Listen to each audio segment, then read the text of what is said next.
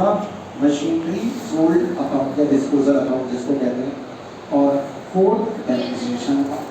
PNL क्यों बनवा रहे हो? पीएनएल में तो बस एक एंट्री आएगी। ये हो गया 4 अकाउंट, बस यही है रिक्वायरमेंट सबकी। इसमें सब कुछ आ जाएगा, मशीन डिस्पोजल भी। और जिसका भी जहां पर भी अगर डाउट अभी भी रहता हो हैंड रेज कर देना, मैं रुक करके दोबारा पूछूंगा कि भाई दोबारा बताओ क्या इसमें क्या दिक्कत। अब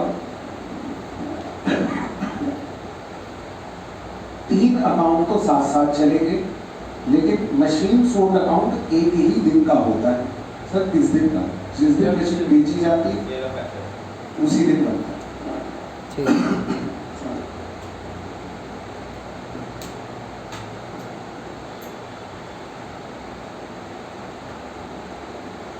मशीनरी अकाउंट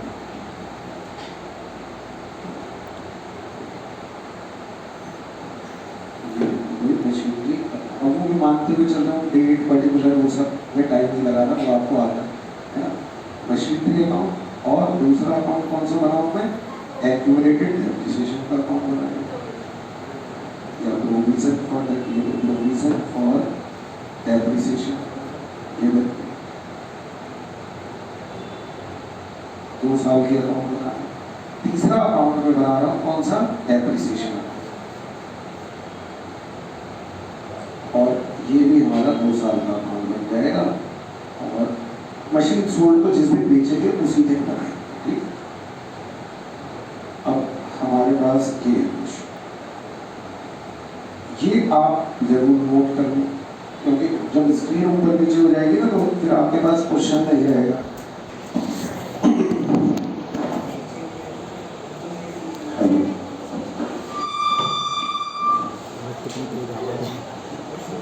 अब देखो मशीन परचेज की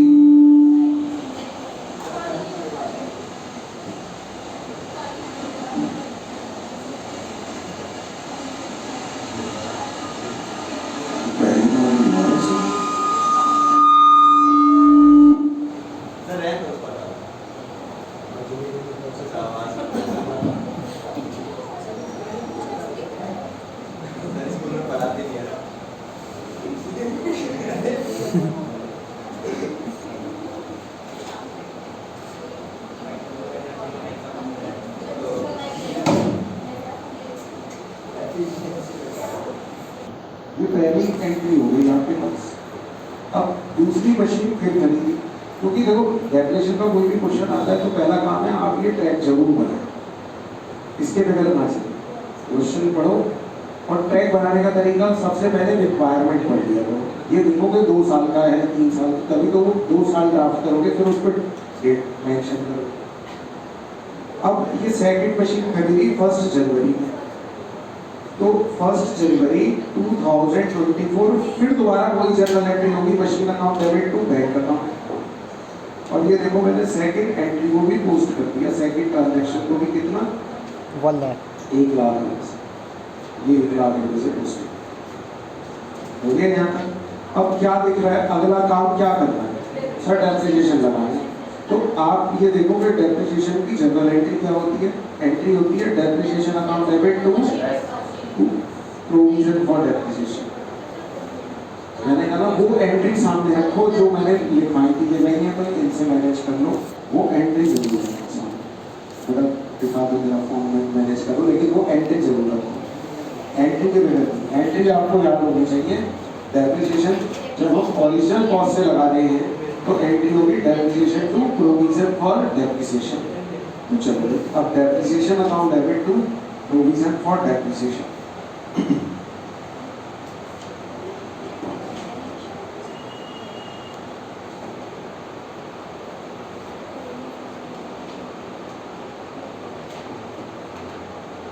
हाँ भाई, अब depreciation account debit to provision for depreciation, तो डेप्रिसिएशन में टू प्रोविजन फॉर डेप्रिसिएशन, और प्रोविजन फॉर डेप्रिसिएशन के अकाउंट में 31 मार्च 2024 बाय डेप्रिसिएशन अकाउंट। अब बताइए सब बच्चे देख करके बताओ कितनी मशीन पे डेप्रिसिएशन लगेगा? 2, फर्स्ट और सेकंड। फर्स्ट पे पूरे 12 महीने का, और सेकंड पे ये 3 महीने का, ये 12 महीने का। और इस पर 3 महीने का, जनवरी फरवरी मार्च। तो पहले ऐसे लिखना है प्रोविजन फॉर फर्स्ट मशीन और सेकंड मशीन। फर्स्ट मशीन की ओरिजिनल कॉस्ट लिखो कितनी, 50,000। दूसरी मशीन की भी ओरिजिनल कॉस्ट लिखो 1 लाख। दोनों का रेट लगाओ, रेट कितना है 12%, 12/100। इसके बाद हमें अप्लाई करना है टाइम पीरियड। तो इसमें कितना, इसमें कितना। तो पहले वाले का तो 12 मंथ है, तो चलो लिख दिया तो 12/12 कर देते, वरना लिखने की जरूरत नहीं। और दूसरे वाले का 3/12। समझ में आया देखो। तो कितना कितना आ गया, पूरे पहले वाले का कितना आया 6,000, तो ये आ गया 6,000 और इसका 3,000, टोटल हो गया 9,000। और ये 9,000 रुपये वही है कि डेप्रेशन में डेबिट हो गए। ये देखो डेप्रेशन में टू प्रोविजन फॉर डेप्रेशन के नाम से 9,000 रुपये। हाँ बस पहले यहाँ तक समझ में आया सबको। yes, तो मैं आराम से इसलिए लेके चल रहा हूँ क्योंकि उस दिन पेपर में आएगा। हाँ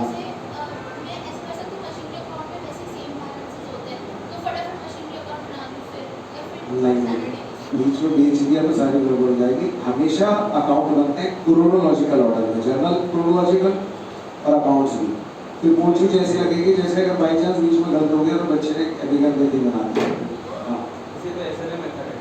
अब उसका प्रोविजन फॉर डेप्रिसिएशन में मशीन के अकाउंट में इसका बैलेंस आएगा, उसको कुछ डेप्रिसिएशन निकला हमेशा ओरिजिनल कॉस्ट आएगा। हाँ इसका नाम ही लिखिए ना, ओरिजिनल कॉस्ट मेथड। आप इसमें अकाउंटिंग का मेथड देखोगे तो सबसे ऊपर क्या लिखा है, ओरिजिनल कॉस्ट मेथड। इसका मतलब हमारे पास हमें डेप्रिसिएशन भी लगाना है। देखो इस बात को समझो, कि बच्चे इसको सुनते ही वो कहते हैं ये तो ऐसी बात है, थियोरेटिकल, उसी से तो कॉन्सेप्ट होता। आपके पास मेथड डेप्रिसिएशन का जो मेथड है ना, पता है क्या लिखना है, ओरिजिनल कॉस्ट मेथड। अभी आगे चल के जब एक्ट पढ़ोगे, इनकम टैक्स एक्ट पढ़ोगे, कंपनीज एक्ट पढ़ोगे, अभी अकाउंटिंग इंटर में पढ़ोगे, तो वहाँ पर ये बोला जाएगा ओरिजिनल कॉस्ट मेथड से अकाउंटिंग की जाएगी एज पर अकाउंटिंग स्टैंडर्ड। तो उस समय भी फिर बच्चों को दिक्कत आती है जो इस समय ढंग से नहीं समझते, नहीं पढ़ते। वहाँ चल के तो फिर वो बच्चे कहते हैं हाँ ठीक है समझ में आ गया। तो ओरिजिनल कॉस्ट मेथड का मतलब क्या होता है, देखो इस समय बताओ, इस समय मैंने डेप्रिसिएशन लगाया या नहीं लगाया, मशीन को लगा लिया, फिर भी एसेट्स की बुक्स में देखो ओरिजिनल कॉस्ट बनी हुई, ओरिजिनल कॉस्ट बनी हुई, इसकी वैल्यू कम नहीं हुई। और जो दूसरा मेथड तुम पढ़ते हो ना डेप्रिसिएशन टू एसेट, उसमें नेट हो जाती है, एसेट की वैल्यू क्या हो जाती है, नेट हो जाती है, नेट माइनस हो जाता है, इसका क्रेडिट हो जाती है डेप्रिसिएशन की एंट्री, तो उसको क्या बोलते हैं, नेट कॉस्ट। तो डेप्रिसिएशन की अकाउंटिंग के कितने मेथड हो गए, 2, एक नेट कॉस्ट और ये कौन सा मेथड है, ओरिजिनल कॉस्ट। समझ में आ रहा है सबको यहाँ तक? चलो अब सर अब क्या एंट्री लिखवाई है, मैंने लिखवाया हर साल डेप्रिसिएशन क्लोज होगा पीएनएल से। तो 31 मार्च 2024 में bye profit and loss account 9,000 रुपये, ये देखो डेप्रिसिएशन मेरा क्लोज हो गया, डेप्रिसिएशन का अकाउंट। सर बाकी इसमें क्या करेंगे, बाकी दोनों अकाउंट के बैलेंस निकलते, बाकी दोनों अकाउंट के बैलेंस को मतलब 31 मार्च 2024 में बाय बैलेंस कैरेक्टर फर्स्ट और सेकंड, फर्स्ट मशीन का 50,000 और सेकंड का 1,00,000, टोटल हो गया 1,50,000। और ये 1,50,000 रुपये का टोटल यहाँ आ जाएगा। और ये नेक्स्ट ईयर में 1 अप्रैल 2024 एसेट होती है, तो एसेट के डेबिट बैलेंस होती है, तो अगले साल की शुरुआत में डेबिट बैलेंस आ गए 50,000 रुपये के, ये हो गया 1,00,000 और टोटल हो गया 1,50,000।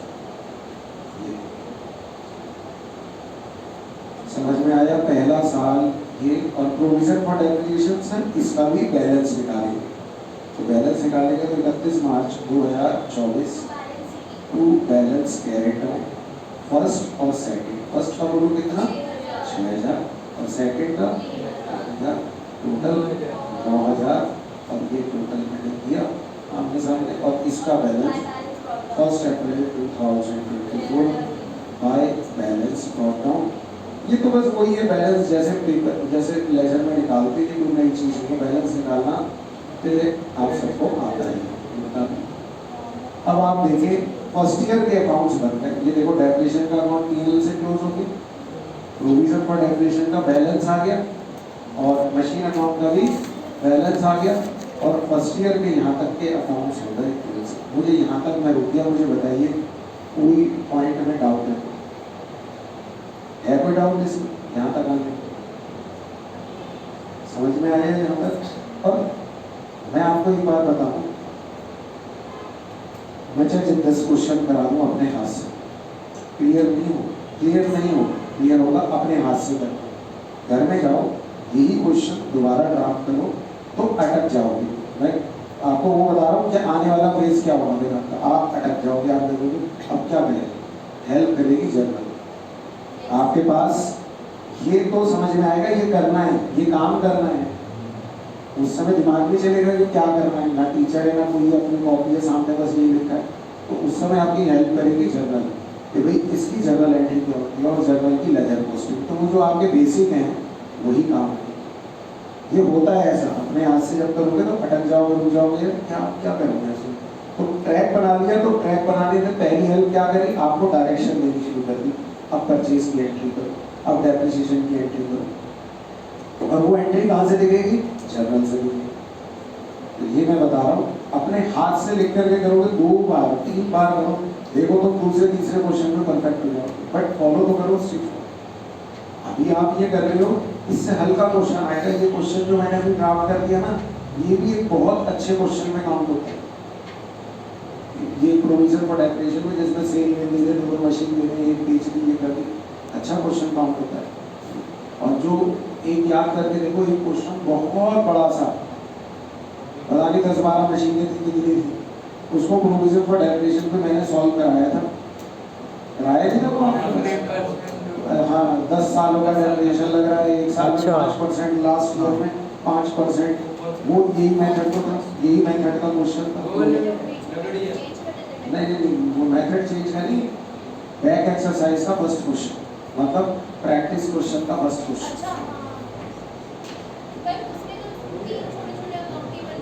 अकाउंट तो छोटे बनते थे, लेकिन कैलकुलेशन बहुत ज़्यादा थी।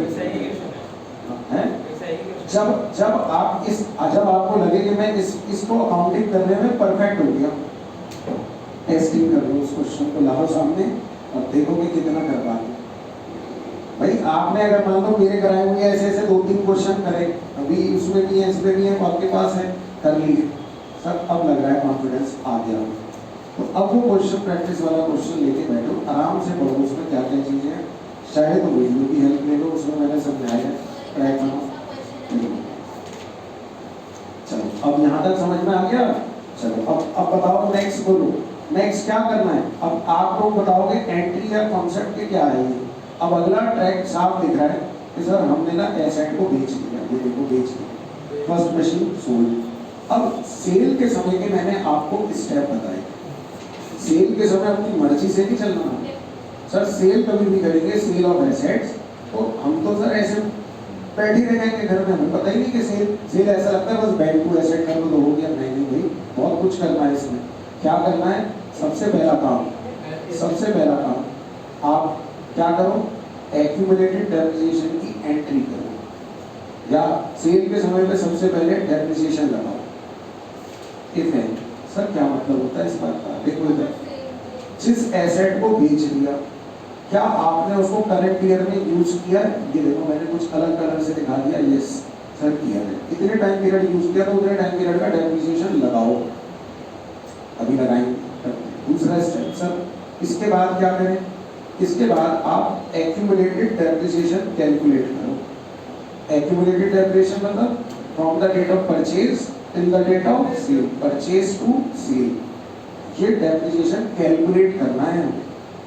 उसकी एंट्री लिखवाइए, आपको एंट्री लिखवाइए provision for depreciation to assets या एक्यूमुलेटेड डेप्रिसिएशन टू एसेट, तो उसके लिए ये कैलकुलेट करना पड़ेगा, अभी करवाता हूँ। तीसरा काम, थर्ड काम सर, सेल की एंट्री करो, सेल प्रोसीड्स, जितने में हमने उसे बेच दिया ना उसकी एंट्री पास करनी है, bank to assets, bank to assets. Sir कितने से, वो क्वेश्चन में दिया होगा 35,000 दिया, 35,000 से करेंगे।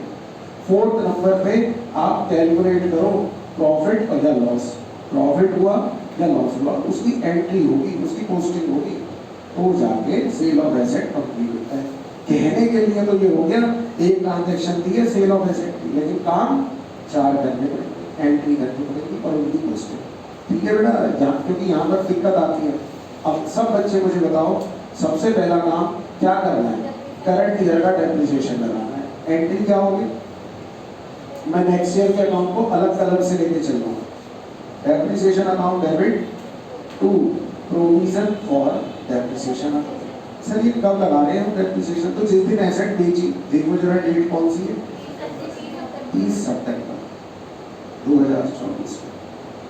और प्रोविजन फॉर डेप्रिसिएशन के अकाउंट में इसको पोस्ट कर दो 30 सितंबर बाय डेप्रिसिएशन। और कौन सी मशीन बेची, कौन सी है? सर फर्स्ट पे ही लगाओ।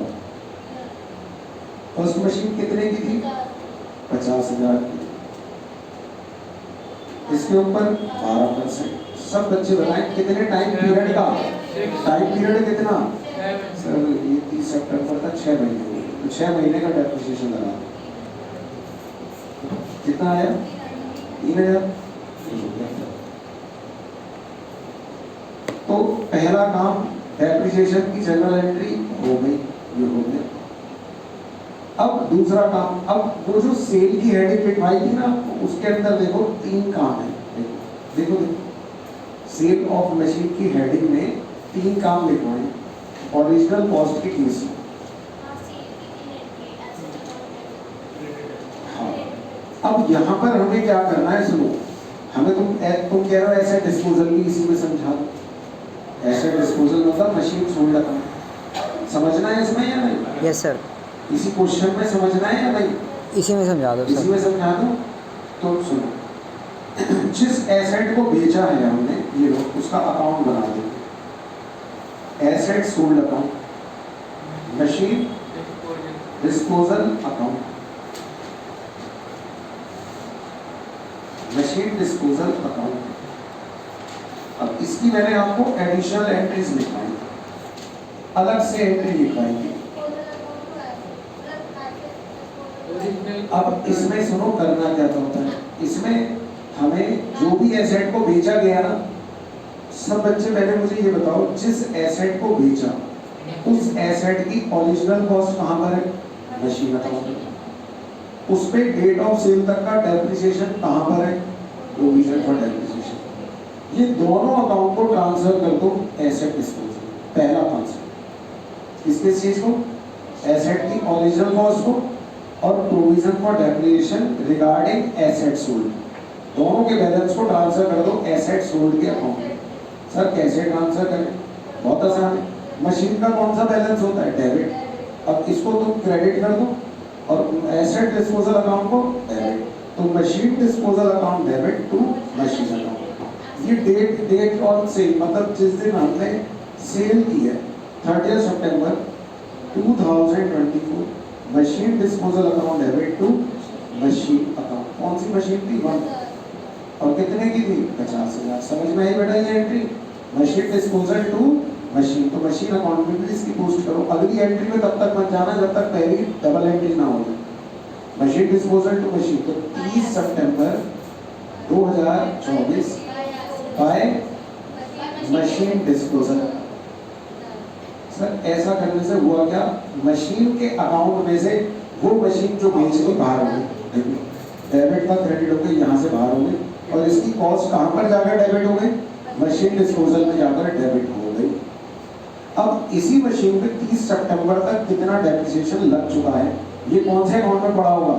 Provision for depreciation. मैं चेक कराता हूँ कहाँ कहाँ है।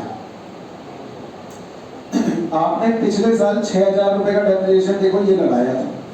वैसे तो यहाँ से भी ले सकते हो, वरना जिस साल के अकाउंट बना रहे हो उसमें देख लो ओपनिंग बैलेंस कितना है। 6,000 क्या रिप्रेजेंट कर रहा है कि भाई इस पे आज तक हम 6,000 डेप्रिसिएशन लगा चुके हैं, और डेट ऑफ सेल वाले दिन 3 और लगाया, तो 6 और 3 कितना हो गया? 9,000। ये 9,000 रुपए क्या चीज आ गई? Total depreciation on asset sold. Sir ये कहाँ पड़ा हुआ है? प्रोविजन फॉर डेप्रिसिएशन में पड़ा है। किस तरफ पड़ा है? क्रेडिट पड़ा है। तो इसको हमें डेबिट करके ट्रांसफर कर दो, यहाँ से ट्रांसफर कर दो, इस अकाउंट से हटा दो, तो किस अकाउंट में ले जाए? Machine disposal. तो बोलो जनरल एंट्री क्या होगी? प्रोविजन फॉर डेप्रिसिएशन डेबिट, इसमें क्रेडिट पड़ा है तो इसको ट्रांसफर करना है तो इसे क्या करेंगे? डेबिट, इसे खत्म करेंगे। तो provision for depreciation account debit to machine disposal account. वैसे एंट्री सब लिखवाई हुई है, लेकिन फिर भी यहीं से समझो 30 सितंबर 2024 में कितना? 9,000 रुपये ये आपके पास फर्स्ट मशीन का डिस्पोजल का ट्रांसफर किया। और अब इसकी दूसरी पोस्टिंग कहाँ करेंगे? मशीन डिस्पोजल में बाय प्रोविजन फॉर डेप्रिसिएशन, मतलब 30 सितंबर 2024 में बाय प्रोविजन फॉर डेप्रिसिएशन कितना हुआ? 9,000। बेटा समझ में आया अब ये सबको? अब सर ये अकाउंट बनाया क्यों है? देखो इसमें मशीन डिस्पोजल की पूरी डिटेल आ गई आपके पास। देखो कितने की मशीन खरीदी थी, सब बच्चे देख करके बताए बोलो कितने की मशीन खरीदी थी? 50,000 की। कब खरीदी थी सर? हमने खरीदी थी पहले पिछले साल। उस डेट से लेके आज तक कितना डेप्रिसिएशन लग चुका है? डेट ऑफ सेल तक 9,000। इसका मतलब इसकी बुक वैल्यू कितनी चल रही है? 41,000। क्या हमने इसको बेचा कितने में? बेचा कितने में? 35,000 में। तो 35,000 रुपए से ये रहा 35,000 रुपए, किससे एंट्री कर दो। बेचने की भी एंट्री अब कहाँ करोगे? इसी अकाउंट में करोगे, एसेट डिस्पोजल में। Bank account debit to machine disposal. तो मशीन डिस्पोजल में बाय बैंक या कैश जिससे भी कर रहे हो आप वहां करो, ये सेल की एंट्री है। अब मुझे सब बच्चे बताएं प्रॉफिट हुआ या लॉस हुआ? लॉस हो गया, क्योंकि 41,000 रुपए की बुक वैल्यू की है। चलो हमारी बुक में वैल्यू ज्यादा है, 41,000 है, और ग्राहक बताओ जो आया इसका कम वैल्यू में ले गया, तो लॉस कितने का हो गया? 6,000 रुपए का लॉस हो गया। लॉस की जर्नल एंट्री, लॉस की journal entry PNL debit to asset होता है, लेकिन यहाँ होगा मशीन डिस्पोजल, क्योंकि मशीन डिस्पोजल से बीच में। तो by profit and loss account, ये क्या होगा? लॉस कितना? 6,000। और ये अकाउंट हो गया क्लोज।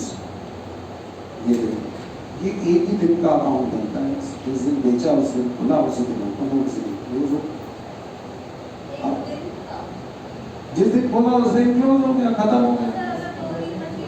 अलग अलग बनाते, अलग अलग बनाते, पता क्यों? देखो अब देखो इसमें, अब अगर मैनेजमेंट जानना चाहती है अकाउंटिंग डिपार्टमेंट से इस साल हमने मशीन नंबर 1 बेची, अब वो पता है क्या कहेंगे? पहले तो पूछेंगे खरीदी कितने की, तो जाके पिछले लेजर देखो, क्योंकि हमने ये अकाउंट तो बनाया नहीं, बैलेंस पिछला चल रहा है उसमें। अब यहाँ तो आ गया 50,000 रुपये। अच्छा उसमें डेप्रिसिएशन कितना लग गया था? 2 घंटे बाद इंफॉर्मेशन आएगी, अरे उसमें डेप्रिसिएशन कितना लगा था? अब फिर दोबारा लेजर ढूंढे, फिर बताया हमने 9,000 लगा था। अच्छा बेची कितने में थी? 35,000। सारी इंफॉर्मेशन यहाँ से मिल गई। तो तुम कहोगे अच्छा एक चीज और जान लो, फिर जाओगे तो बड़ी 6,000 का लॉस भी हुआ, उसमें 6,000 का लॉस भी हो गया था। सारी इंफॉर्मेशन रख लो, बताए दूसरे की भी बताए, तो हमें तो सिर्फ एक ही लेजर खोलना है, हम सामने एक लेजर। और बताओ बताओ क्या क्या पूछना चाहते हैं? एसेट कितने में खरीदी? 50 में, 9,000 का डेप्रिसिएशन लगा, बुक वैल्यू 41,000 की, 35,000 में भेज दी, उन्हें नहीं इतना नहीं पूछ रहे, नहीं पूछ लो, बता देते हैं। तो सारी इंफॉर्मेशन हमें एक ही अकाउंट से मिल जाती है, इसलिए मैनेजमेंट ये अकाउंट की इंस्ट्रक्शन देती है कि भाई ये अकाउंट बना लिया करो। और बड़ी बड़ी कंपनी, बड़ी बड़ी एंटरप्राइज में जहाँ अक्सर कार खरीदे, रिलायंस सोच के देखो कितने एम्प्लॉय, कितनी कार रोज की सेल परचेज होती होगी, कितनी एम्प्लॉय को कार दे रखी है उनके, छोटे से छोटे एम्प्लॉय गार्डनर उनको भी 2-2 कार है उनके पास, सुनने में आया था। ऑफिस एम्प्लॉय का तो छोड़ो, हाँ और बंगला दे रखा है। तो सोच के देखो ऐसी कंपनीज के अंदर जिन पर उनके प्लांट, मशीनरी, इक्विपमेंट, एसेट्स की रोज की सेल परचेज कितनी होगी, वहां मेंटेन किए जाते हैं ये अकाउंट्स, और वहां बेनिफिट। चलो अब आगे चलते हैं इसमें। मशीन डिस्पोजल आप समझ गए, सेल की एंट्री कंप्लीट हो गई, ये मैं कट लगा दूं। और आप कह सकते हैं सर मशीन डिस्पोजल अगर नहीं बनाना होता तो ये सारी एंट्री फिर मशीन के अकाउंट से ही करते, ये सारी एंट्री कहां से करते हैं? फिर मशीन के अकाउंट में ट्रांसफर करते। चलो अब बताओ, अब इस क्वेश्चन में क्या बचा? सर ईयर एंड का डेप्रिसिएशन लगा दो, लगा दो। बस अब कौन सी मशीन बची है? सेकंड मशीन बची है उस पे लगा दो। बोलो डेप्रिसिएशन की एंट्री।